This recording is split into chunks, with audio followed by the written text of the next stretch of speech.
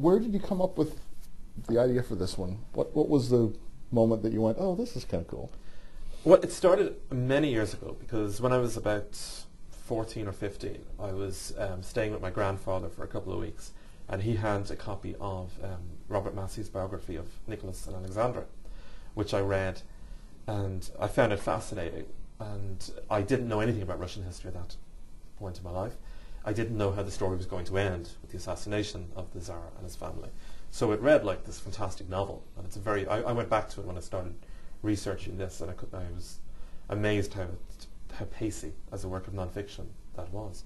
And it always stayed with me, and it was just one of those periods of history I was interested in. And so as I was writing novels, it was always at the back of my head that at some point I wanted to write about that period of Russian history, basically in order to spend a lot of time researching it and learning about it, and probably going to St. Petersburg to write the thing. And so a point came where I was deciding what to write next. I knew I wanted to write a love story, which I hadn't done before. I was thinking, okay, well, how would I approach this? And it just sort of seemed at that point, this is the time to write your Russian book, a great Russian love story. And but I knew what I didn't want to do, because I had done a few times. I'd written a few novels where they were completely set in a familiar period of history, and I didn't want to just do that. So I thought, write half of it like that, and the other half of the novel, the 60 years that follow the revolution and the effect of that on these two people's lives. So that in itself would be a work of complete imagination, whereas the other half would be really based on those 3 years of events. Let's start with your protagonist, Yorgi. Is that Yorgi, how you would pronounce Yorgi? And Yorgi is absolutely nobody at the beginning of this book, pretty much. Yep. As low as you can get. Yes, and he remains a nobody in many ways for the rest of the book.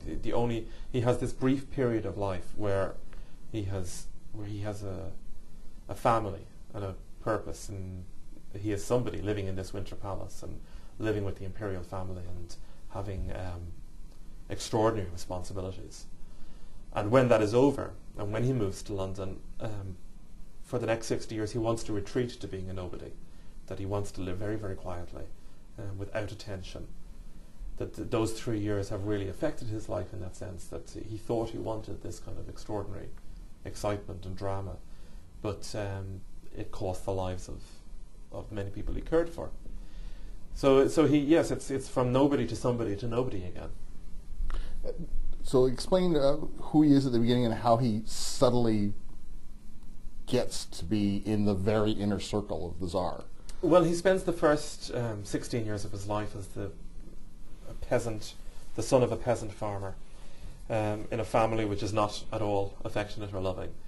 And through a set of circumstances, on one morning a relative of the Tsar is coming through the small village where he lives, and in trying to save his friend who's going to assassinate this man, he's proclaimed a hero and is brought to St. Petersburg to be a sort of companion bodyguard to the Tsarevich Alexei.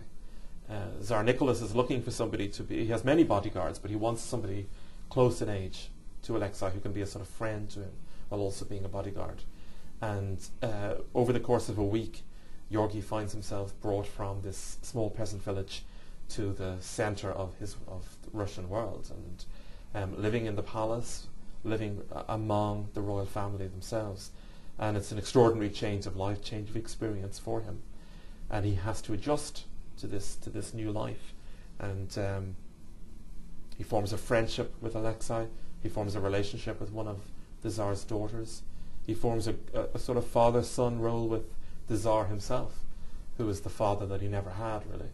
Will you explain what the House of Special Purpose was? Yeah, when the Tsar and his family were deposed, when the Bolsheviks took over and the revolution began, there was a period of about a year where the Bolsheviks didn't know what to do with Tsar Nicholas and the Empress Alexandra and their children.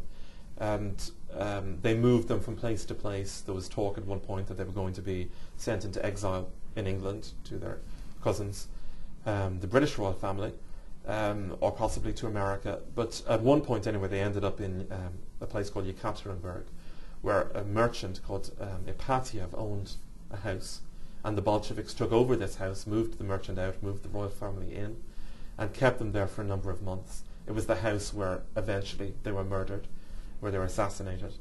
But anybody living nearby, the house was guarded by Bolsheviks, and anybody living nearby who questioned what was going on here, the Bolsheviks simply named the House of Special Purpose.